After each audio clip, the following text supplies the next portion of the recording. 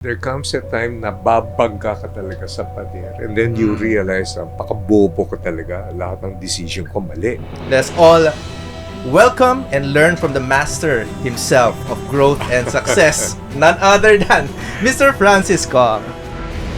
Now, our guest today is one of the country's top speakers, known for his sharp business insights and his unique way of inspiring audiences from corporate leaders to students. Siyempre, merong isang moment dyan na parang nag-spark sa heart mo and sa mind mo na I need to make it in life. Oh yeah. Diba? Yeah. Oo. So ngayon, paano nag-start? Paano ka sineryoso ng mga tao ngayon? Oh, the magic ingredient ang tawag natin dyan is the Filipino scientific word called inggit. Inggit. Nainggit ako sa kanila, ba't ang yaman nila? Ako hindi. Okay. So, I never knew that those were very good questions that got me thinking, no? Tapos bakit hindi fair ang buhay? Tapos and the thing that got me into an entrepreneurial effort was, sabi ko, tignan mo itong mga kaklase ko, wala nang gagawin kundi hintayin lang nilang mamatay yung magulang nila tapos may mamanahin sila. Eh ano makukuha ko? Wala. So, that was the start of my awakening, understanding na wala eh. The only way I can succeed in life is maybe the golden ticket is education. Which I neglected din naman. Kasi pag bata ka, hindi ka seryoso. The number one pursuit of every young guy is to be cool. Diba? So, kung ngayon, alam ko lang, bumili na lang. Sumasabay sa uso. Oo, sana bumili na lang ako ng cooler. Pareho din yun. So, yan, that got me messed up, but I learned the lesson. How was it after ng college? Ano yung mga ginawa mo nun, Sir Francis? Oh, so after college, ang mandar na naman yung yabang ko. So, sabi ng father ko, ba't di ka nag-a-apply? Di ba yan ang feeling ng mga bagong new grads? De, pahinga muna ako. Kasi laking hirap ko dito sa apat na taon na yan. Sabi na, ba't anak, mag-apply ka? Sabi ko, Dad, your son is top grad. Hindi ako mag-a-apply. Kaya mga company na yan, pipila-pila yan. Sa harapan ko, mamimili. Mamimili lang ako kung kanino ako sasama. So, I waited. And waited. And waited. Walang nangyari. How long did it take you to become successful? I have an easy answer. I haven't attained it yet eh. Oh, wow. Diba? So, That's deep. I haven't attained it yet. Parang tinatanong ako, Francis, what is the title of your best book? Sabi ko, I haven't written it yet. Because success is far from my vocabulary. I don't think success, I think progress. Our topic for today. Ito, Sir Francis, I think you would like this. How will people take you seriously when it comes to decision making?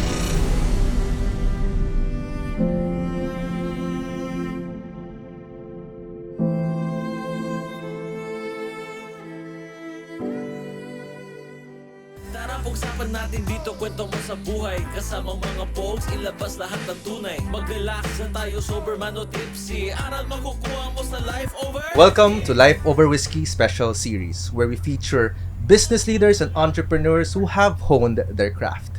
In partnership with SMX, Podshock, Life Over Whiskey, Finest Media PH, and of course, VoiceCon PH 2025. We are your host. My name is Brian Ordiales. And I'm Gerald Smailzadeh. And welcome to the show. Welcome, Direct Gerald. I'm so excited to be here in front of SMX. Biruin mo yun.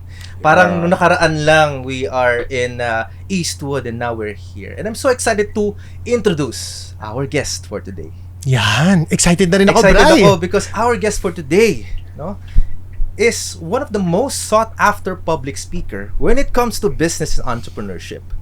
With more than 28 best-selling books, Wow. award-winning columns, and decades of experience in entrepreneurship and leadership, he continues to inspire generations. A TOEFL, Anvil, and Gold Quill awardee, and LinkedIn PH's #1 thought leader. He now empowers more through his Inspiring Excellence podcast and upcoming YouTube show. Mga ka-whiskey, mga ka-low barkada, let's all Welcome and learn from the master himself of growth and success, none other than Mr. Francis Kong. Maraming salamat. Napakaganda ng introduction pero parang hindi ko narinig. Pakiulit nga. Ulitin natin Oh, kasi para pero grabe. So, Pero bago niyo ako, before you start asking me question, I have a question. Bakit whiskey? kasi when you are drinking whiskey with friends, Oo. mas nagiging Oo. open ka. Di ba sobrang open niya? Pag marami kang Marami lang share. And we want to have that conversation. We want to get to know you more, Sir Francis. Okay. Yeah. Our topic for today. Ito, Sir Francis, I think you would like this. How will people take you seriously when it comes to decision making? But before you answer that, Yeah. kilalanin muna natin. Mga ka-whiskey, mga kalubarkada, we want to know more about who Mr. Francis Kong is. Sir Francis, how did you grow up ba? How was your upbringing? Well, merong tinatawag na pros and cons at the same time kasi ethnic Chinese diba? So I grew up in the Chinese community. Yung bahay namin ay exactly 72 and a half steps away from the high school I attended. That's why I was late every morning. Yung aking alarm clock is bayang magiliw, di ba? So, lagi yung late tapos Chinese classmates and everything. Yeah. Pero at a very early age, napansin ko na sabi ko, bakit yung mga kaklase ko mga Chinese ang yayaman nila? Bakit kami hindi? So, I never knew that those were very good questions that got me thinking. Yeah. No? Tapos bakit hindi fair ang buhay? Tapos and the thing that got me into an entrepreneurial effort was sabi ko, tignan mo itong mga kaklase ko, wala nang gagawin kundi hintayin lang nilang mamatay yung magulang nila tapos may mamanahin May sila. makuha sila. Eh ano makukuha ko? Wala. So that was the start of my awakening, understanding na wala. The only way I can succeed in life is maybe the golden ticket is education. Which I neglected din naman. Kasi pag bata ka, hindi ka seryoso. The number one pursuit of every young guy is to be cool. Diba? So, kung ngayon, alam ko lang, bumili na lang. Sumasabay sa uso. Oo, sana bumili na lang ako ng cooler. Pareho din yun. So, yan, that got me messed up, but I learned the lesson. So you never afterwards. grew up in a may kaya na family? Wala. My dad was a bookkeeper. He worked very hard. My mom was a full-time housewife. Walang business, nothing. My mom never got employed, doesn't understand the world. My dad naman, he tried his best, pero kita ko hirap siya. Hirap siya. So, I figured there's gotta be something else there for me. Pero Sir Francis, I'm just curious, no? So, sabi mo, nang nag-start ka, hindi sa mayabang pamilya, is that correct? Mm-hmm. So, syempre, merong isang moment dyan na parang nag-spark sa heart mo and sa mind mo na I need to make it in life. Oh, yeah. Diba? Yeah. Oo. So, ngayon, paano nag-start? Paano ka sineryoso ng mga tao ngayon? Oh, the magic ingredient ang tawag natin dyan is the Filipino scientific word Yeah. called inggit. Inggit. Nainggit ako sa kanila, ba't ang yaman nila? Ako hindi. Okay. So, but a wrong perspective I had was, ini-equate ko ngayon yung success sa pera. Sabi ko, dahil wala akong pera, hindi ako successful. But then, from that time on, I said, wala education na lang ang kailangan. But, in education, as I mentioned, I messed up So, nakakaya mga aminin, but this is in terms of public record, 6 years ako nag-high school Oh, repeat. I earned my PhD in high school Ang PhD, of course, is called passing high school with difficulty, di ba? So, ngayon, sabi ng isa, hindi, ang PhD para sa iyo, permanent head damage. So, pareho na rin. So, baksak, tapos I felt na sayang pala yung oras ko. You know, yung pertaining your question, there comes a time na babangga ka talaga sa pader and then you realize pakabobo ko talaga, lahat ng decision ko mali. So from that time on, I had another sense of reflection, thinking na with my track record in academics, tapos let's say isang job position lang available, 4 kami mag-a-apply. So, hindi ko nababanggitin kung sino yung kalaban ko dyan, ha? Kulay na lang. Asul, berde, maroon. Kaya ako, malabo. Pero ang panglaban na lang dyan, the equalizing factor is, I better have some Latin honors, yung mga laude dyan para ma-equalize. So, the moment I went into college, I shot for a laude. I shot for summa. After 4 years, I missed it by 1 point. I ended up magna, which is not bad. Not bad. Ayun, nakapasok na ako ngayon sa corporate. So, ito yung lesson. I discovered na, one, you don't feel like you're a victim all the time. Dahil walang mangyayari sa iyo. Life is unfair. Bakit ako ganun? Bakit sila? Wala. Secondly, I felt like if you focus on one thing with a firm determination, na bibirahin mo, hard work yan, ha? Pero it pays dividends naman and result. Ang hindi ko naintindihan, doon sa ganong effort na ginagawa ko, people now begin to take me seriously because my decisions now are anchored on the goal and an objective. Hindi katulad ng high school, ano bang goal ko? Saan tayo Friday night, saan tayo pupunta, saan tayo mag-good time, di ba? Ito hindi na eh. So it's now anchored on a decision that will embark me into an activity that will bring me long-term positive results and value. So, hindi ko pa rin alam na yung ganung pag-iisip pala ay isang standard thinking ng entrepreneurs. Ang negosyante, ganun din mag-isip eh. Ito bang gagawin ko to? Kikita ba ako dyan o hindi? So, everything ties up together when you look at it that way. Now, when you were starting, sabi mo sa college, you made up, kumbaga, for sort of saying shortcomings mo when you were in high school. Kasi you saw the need there. How was it after ng college? Ano yung mga ginawa mo nun, Sir Francis? So after college, ang mandar na naman yung yabang ko. So, sabi ng father ko, ba't di ka nag-a-apply? Di ba yan ang feeling ng mga bagong new grads? Pahinga muna ako. Kasi laking hirap ko dito sa 4 na taon na yan. Sabi na, ba't anak, mag-apply ka? Sabi ko, Dad, your son is top grad. Hindi ako mag-a-apply. Kaya mga company na yan, pipila-pila yan. Sa harapan ko, mamimili. Mamimili lang ako kung kanino ako sasama. So, I waited. And waited. And waited. Walang nangyari.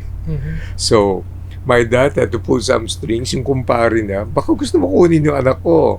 Tapos, kinuha ko as executive assistant to the president. Ako, basta may executive kukunin ko kahit executive driver, di ba? Para pag tinanong, ano ba trabaho mo? Executive ako eh, di ba? Pero ang trabaho ko pala, taga-timpla ng kape, tsaka tagahasa ng kanang lapis. In other words, inuutusan lang ako. Yes. But that time, I figured, may gagawin akong iba rito. I will now report to work earlier, leave work later, aralin ko ngayon yung organizational chart, kikilalanin ko kung sino yung mga importante mga tao, officers dito sa company, babasahin ko yung mga memo na yan para maintindihan ko kung ano yung nangyayari. You know what? I started as an executive assistant after 2.5 years. Promote. Ginagawa na akong assistant factory manager. Oh. So, ganun lang pala yun. Basta buhos mo yung ano mo. And then, I had to assert myself. Kasi hindi pwede yung hiya-hiya ka eh. You have to speak out, you have to make decisions, you have to offer alternative, you have to offer solutions. Alam mo yung mga big boss, ganun yan eh. Mahilig sila makinig sa mga recommendations. So, pero ganito sila. Ganun ba? Maganda ba? Gawin mo. Di ako tuloy ang nagtatrabaho, pero it's good for me eh, because I learned experience. Yeah. So, from what I'm getting, Sir Francis, correct me if I'm wrong. So, based on your story, people are taking you seriously now because of your work ethics. Because you're willing to put in more work, be in the office earlier, or doing the extra mile. Right. So, nag-start ba yun na sineryoso ka nila simply because of your achievements or dahil nakikita nila yung character mo as a person? Here's the reality. Yung mga laude-laude na yan, wala sa kanila yan eh. As a matter of fact, if you go to a workplace with a chip on your shoulder thinking na to academically excellent ako, yari ka. You have to prove your worth, di ba? So when you say work ethic, yes, pero kulang. Because of the work ethic, it added to my knowledge and competence about getting things done. So, when I make a recommendation ko, yung voice ko tsaka yung decision na ginagawa ko is now supported by facts and knowledge and reality. So, all you need to do is, alam mo yung ideas need creativity. Creativity is connecting the dots eh. Mas marami kang nababasa, mas marami kang alam, so you have more dots to create. Tapos iisipin ngayon ng mga tao sa opisina, the bright boy to, pare. Hindi ko naisip yan, naisip ng batang yan. So, yes, it's work ethic, but the result of that, it adds on to your knowledge and competence. But that's just one aspect. The other aspect is, you have to take the initiative, the boldness, and the courage. Kahit na murahin ka, kahit na mapahiya ka, it's okay. But then you create a position there in the minds of the people. Now, this guy is serious with what he's doing. So we would say at that time, people are now taking you seriously because of your creativity and maybe your skill in finding solutions. Yes, to take me seriously, again, that's another journey. You gotta make sure that yung recommendation mo na ginawa nila will bear positive results. Eh kasi recommend ka ng recommend, nalulugi naman yung company, hindi rin pwede. So yun, dahil may mga track record ako, nag-work ka, itong idea na nirecommend ng batang yan. I was known as the golden whiz boy in the company. Mukhang nag-work yan. So you build up on your reputation, then you layer it, one layer after another time, but you continue the process. Yeah. So, that's backed what... by evidence. Backed by evidence. Pero, gusto kong curious ako, direct, paano siya nagsimula magnegosyo? Like, how was it? Kasi syempre, at that time, you were just still an employee. Also, to anchor on that, Sir Francis, bago ka naging the Francis Kong, paano siya, yung journey mo going there? So, curiously, nag-resign ako when they were about to make me factory manager. Why? Because it is an industry that did not appeal to me. It's concrete manufacturing eh. Pagbukas ko ng window sa factory, grabe, wala akong nakitang kulay.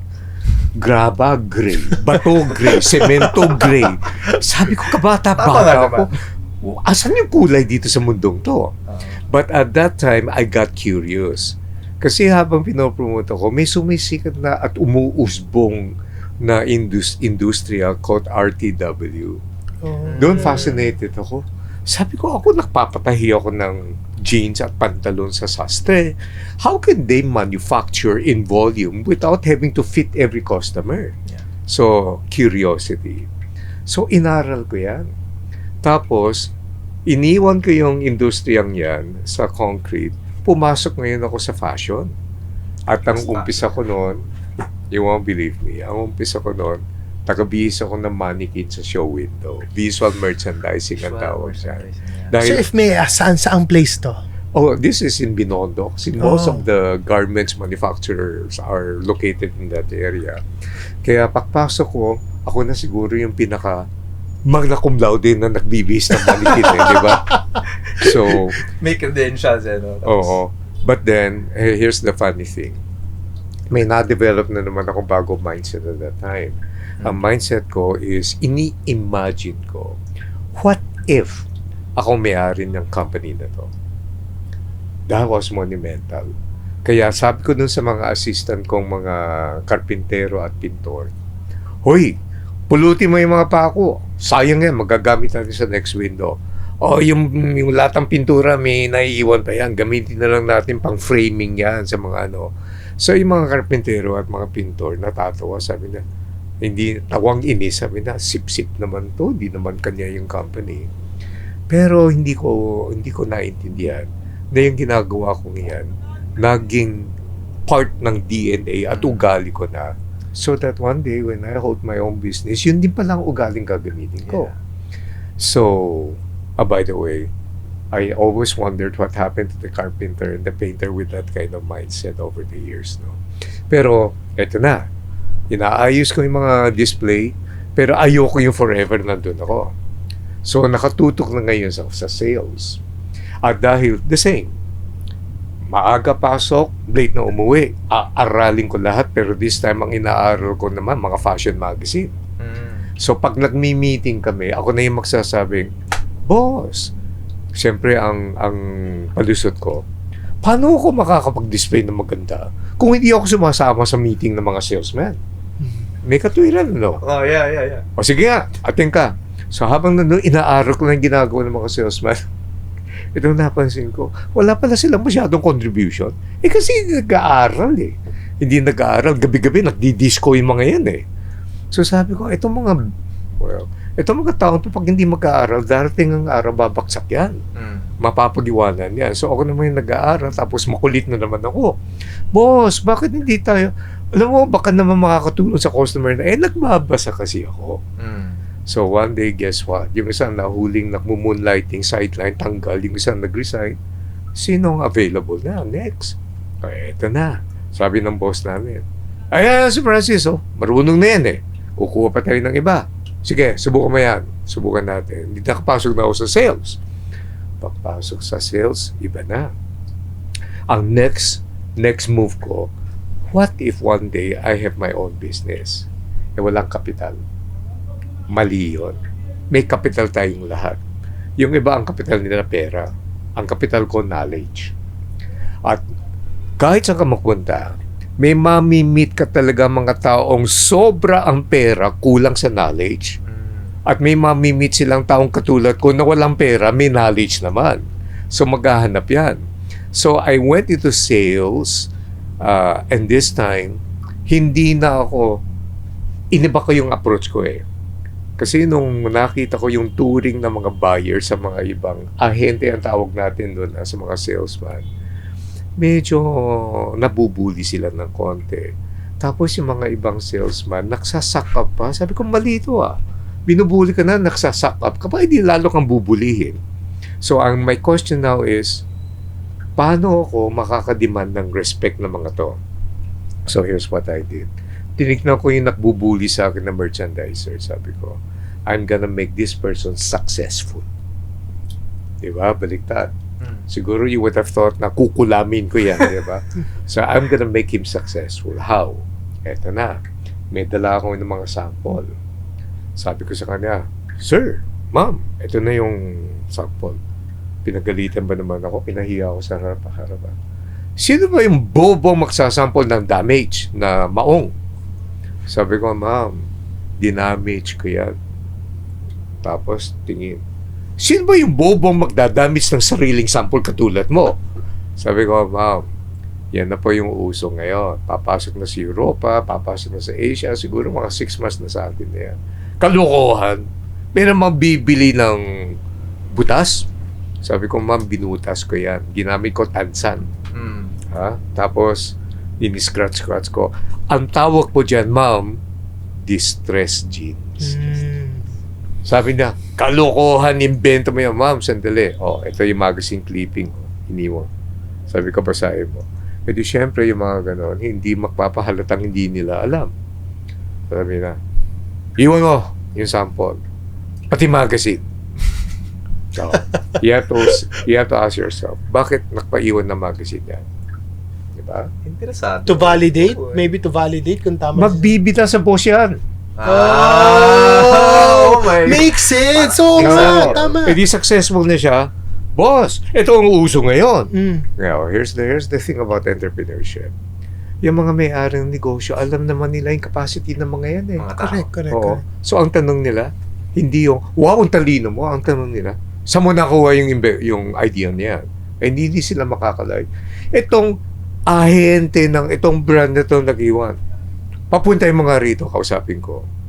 Wala na. So next time, pagbalik ko doon, hindi na ako dumadaan sa kanila. Diretso na ngayon sa may-ari. Hindi ko alam yan na pala ang umpisa ng aking pagiging presenter, trainer, and a speaker. Kasi hindi na ako nagbebenta ng maong eh. Nagbebenta na ako ng idea. Diba? So, yan ang journey. Ang galing. Na-inspire ako. Ang galing. Those were the humble beginnings and the way niya talaga nilay yung foundation of who he is today. What was your, gusto ko malaman naman, paano ka na ngayon nag-transition to public speaking? How did you get into that industry? Kasi people are aware naman na you got into the retail talaga, in primarily jeans, right?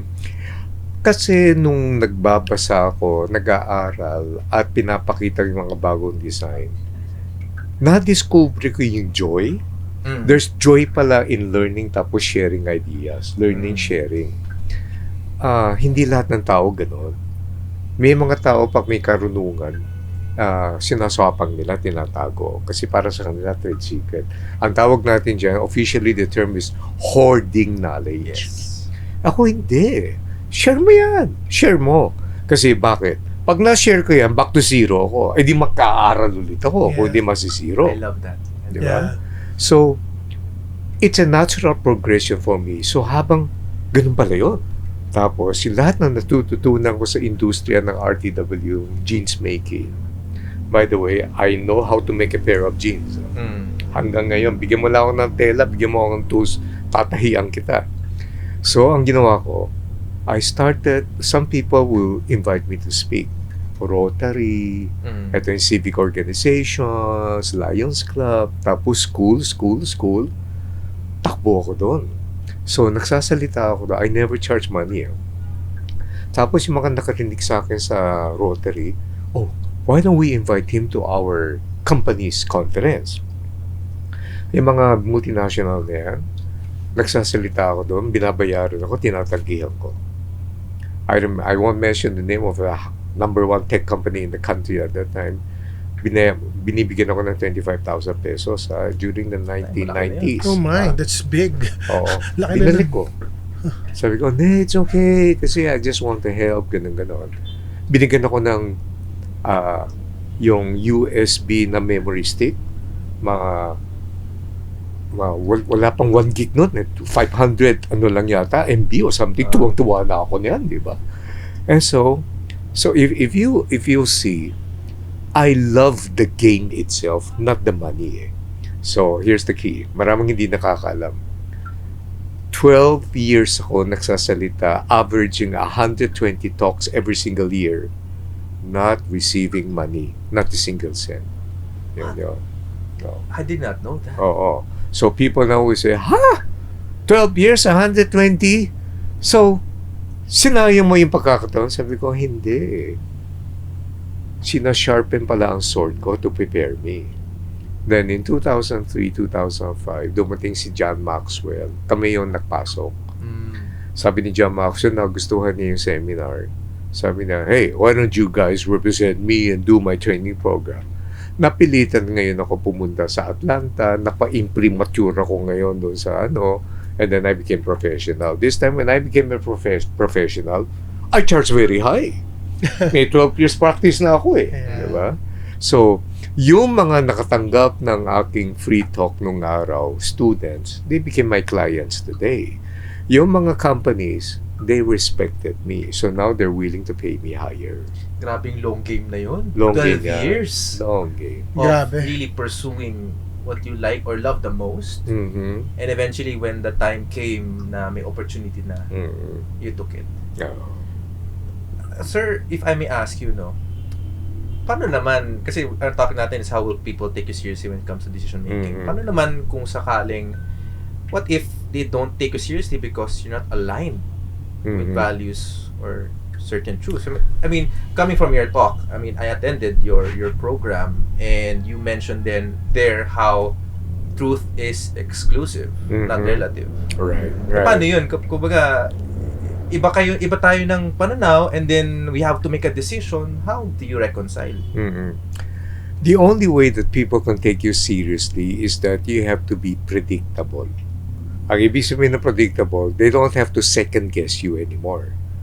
When you say something, they'll take it as gold.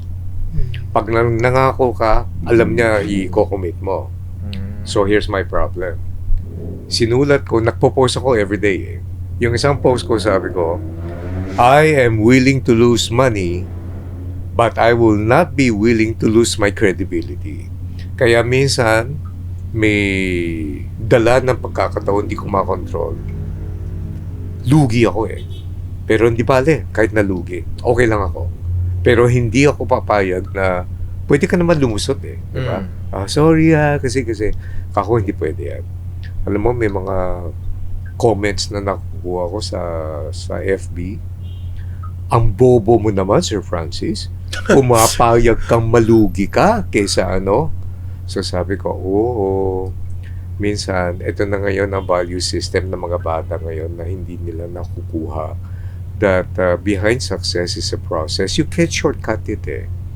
And that's also the reason why hindi ko type talaga yung mga fake gurus sa social media na kung ano-anong pinagtuturo tapos puro hacks, puro shortcut. Masisira ang buhay ng mga tao niya.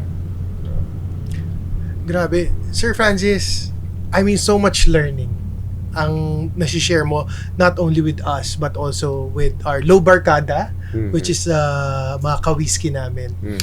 Pero Sir Francis, ang gusto kong malaman, how long did it take you to become successful? Gaano, kasi una, sabi mo, 12 years, yung talaga inantay mo, walang bayad. Okay, pero ang tanong, gaano katagal? Sabi mo successful ka na talaga in your craft. I have an easy answer. I haven't attained it yet eh. Oh, wow. Diba? So, That's deep. I haven't attained it yet. Parang tinatanong ako, Francis, what is the title of your best book? Sabi ko, I haven't written it yet. Because success is far from my vocabulary. I don't think success, I think progress. Anong improvement ko ngayon itong araw na to? Kasi expired na si Francis kong last night eh. So, but I gotta make sure tomorrow will be a better version of me. And that's also the reason why I'm here with you now. It's a learning experience for me. So today, I have become better compared to yesterday that I don't have this experience. So for me, everything is a learning experience. Eh. So you become better. Diba? Kaya, whenever people ask me, so now that you have attained success, what's the next step? Sabi ko, to never think you're successful. Because the moment you think, oh, thank you, Lord, successful na ako, patay ka na, bata ka. Wala na, magdi-decline ka na. Diba? There's no such thing as, naka-arrive na ako. No such thing. Continuous yan. Continuous. Pero how do you celebrate? Kasi syempre, of course, there are milestones in your career.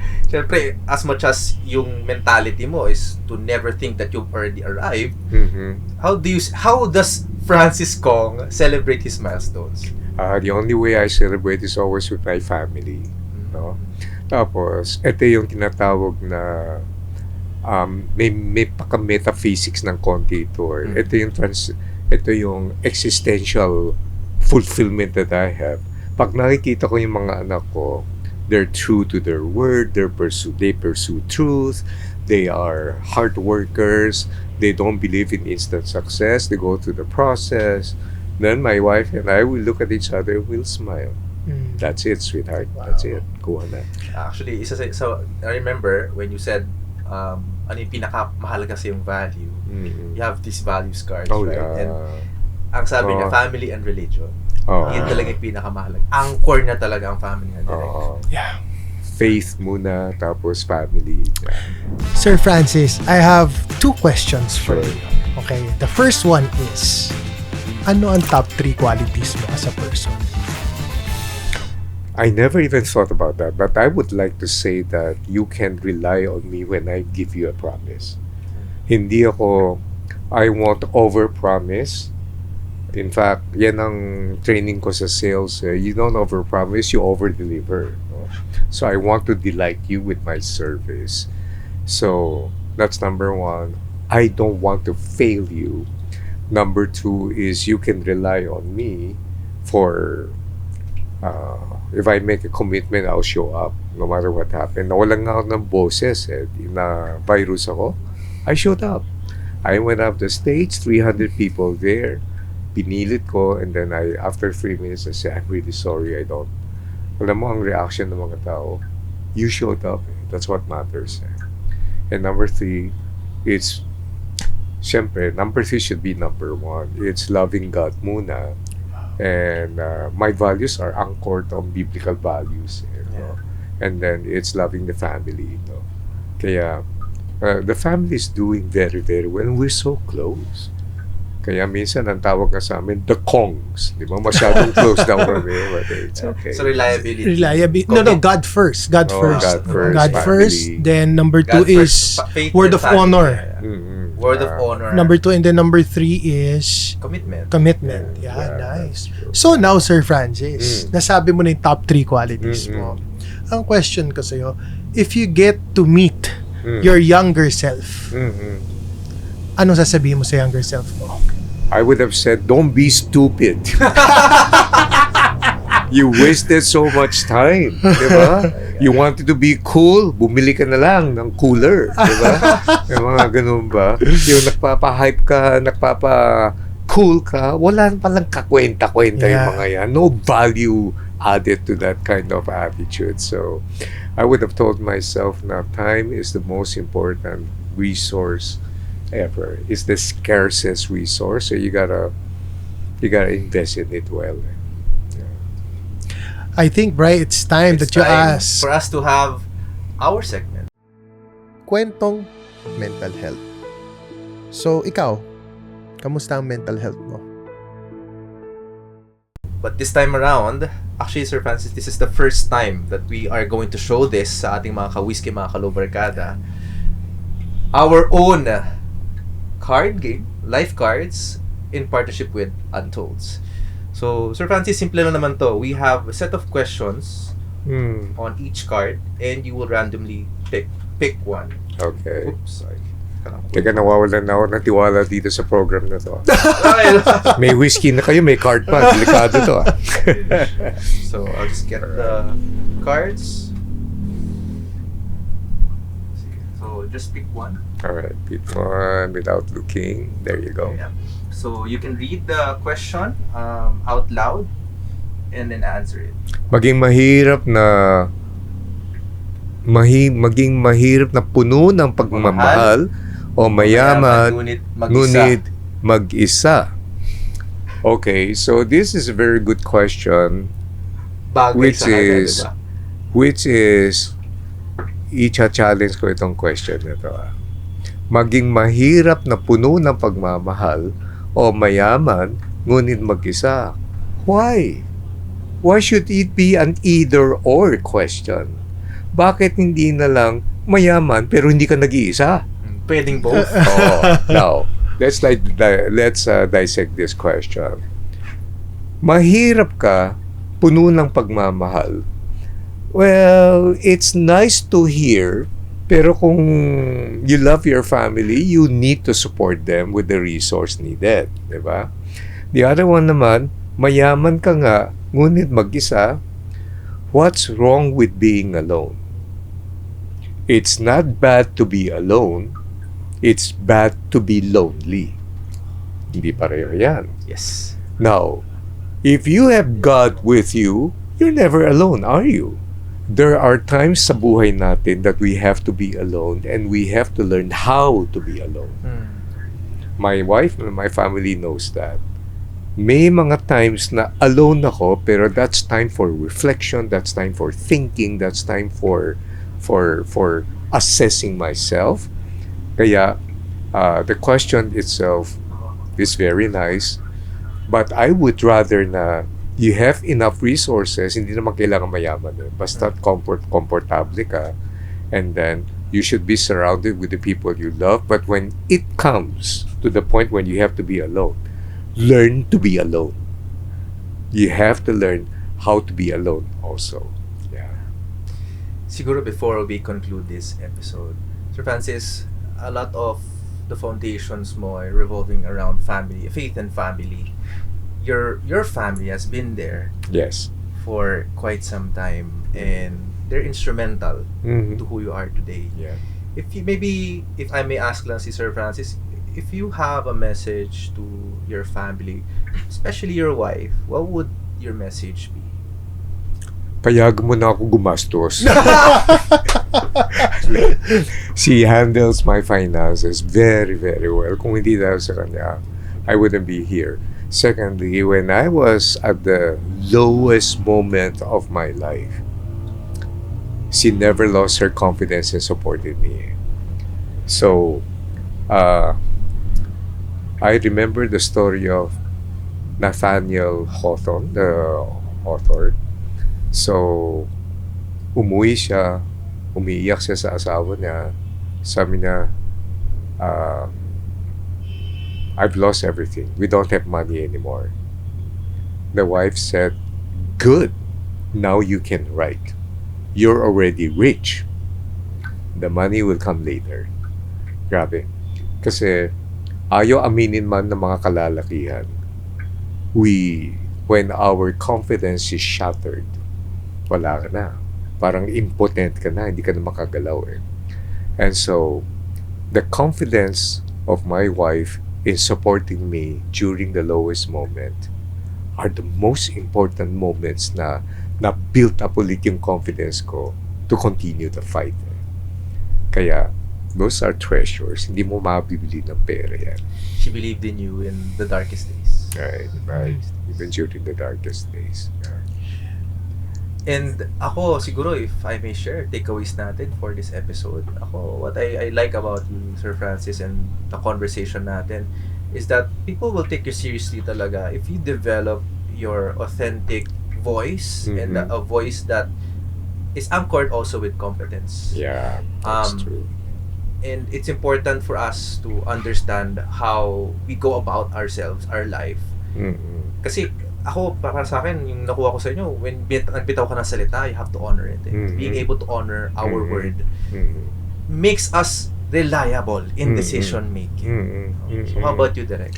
Ako, for me, alam mo, nag-stick talaga sa mind ko is, it's okay kahit you're taking the long game. It's okay. Walang shortcut. Kasi feeling ko, at the end of the day, yun yung future-proof. That's Diba? true. Future-proof, love that. And siguro one more thing din is support system is very important. Exactly. And put God first all the time. Yes. Those are the learnings that you have taught me, sir, today. How about you, Sir Francis? Ano mga na-take away mo? What came into your mind right now? Well, I was about to say na in all of these things, always remember that it's achieving success in things begins with you. But it's not about you. One, if you want to go on the spiritual level, it's all about fulfilling the purpose that God has called you to for His glory, hindi para sa atin. Second, if you go on that's a vertical level. For the horizontal level, it's about making other people successful.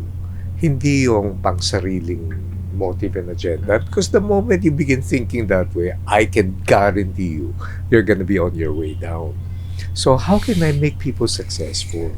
How can I make this show and this program worth the while that they have invested in me? How can I make the conferences in all engagements that got me? How can I deliver the best so that everybody gets to benefit? Kaya somebody was saying, alam mo, ang gift mo, Francis, to network. Oh yeah, kasi I want to network people with other people because I want everybody to be successful. So all of if you have that focus in mind, I don't think you're gonna go wrong. I love that. Actually, on any event, yung sa attenda namin, yung Sir Francis yung, have you met? He really loves connecting people, and we feel that, your authenticity and helping people to become more successful. Yeah. And speaking of, before tayo mag-conclude, let us invite them sa paparating nating event called VoiceCon PH 2025. It's happening on April 26, 2025 dito sa SMX Convention Center. Sir Francis, ano ba ma-expect nila sa inyo if they attend VoiceCon PH? Ang mai-expect ninyo is that this is a legit conference being delivered and being done by professional people in the industry. Wala akong na-detect na fake dito eh. So these are the people whose career and entire life is devoted into the very craft that they're doing, and they're gonna share this. Kaya Ako hindi na ako nagdalawang isip, umuo agad ako to join this group. Ako yung amateur dito, by the way. Sila yung mga professional. So, as I said, communications is the backbone of business. So if we can improve the way we communicate, we can be articulate, we can express our ideas, the whole world opens the opportunity for us. So that's something you might not want to miss. Ayan. So, we'll be seeing you at VoiceCon PH 2025. Saan ka nila makikita? Saan ka nila search over social media? Okay. So, very active po ako sa social media. You can find me in my Facebook like page. Look for Francis Kong 2.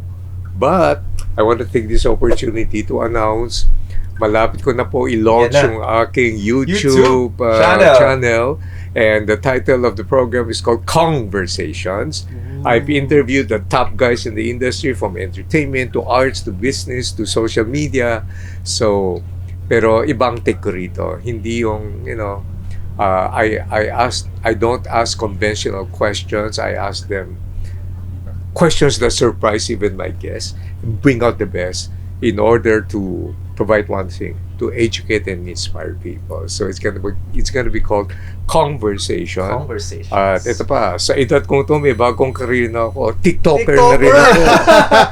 Hindi na pa nakikita. TikTok na si Sir Francis. And if you would like to know more about Sir Francis Kong, please do check out his Facebook. I think you also have Instagram, right? IG all lahat. social media Nandun ako. platforms. And abangan natin ang Conversations YouTube channel in YouTube very, very soon. Yes. And with that, maraming salamat, mga Thank kawisti, you. mga kalobarkada. It's another exciting episode. We will see you on the next one. Stay pogs. Stay pogs, guys. Podcast na naman with Gerald at Brian. Aral lang pulutan sa inuman at kwentuhan. Pinagsamang veterano, parehong talentado. Ihanda ang may katbaso sa lames at intabado. Big Eyes Production.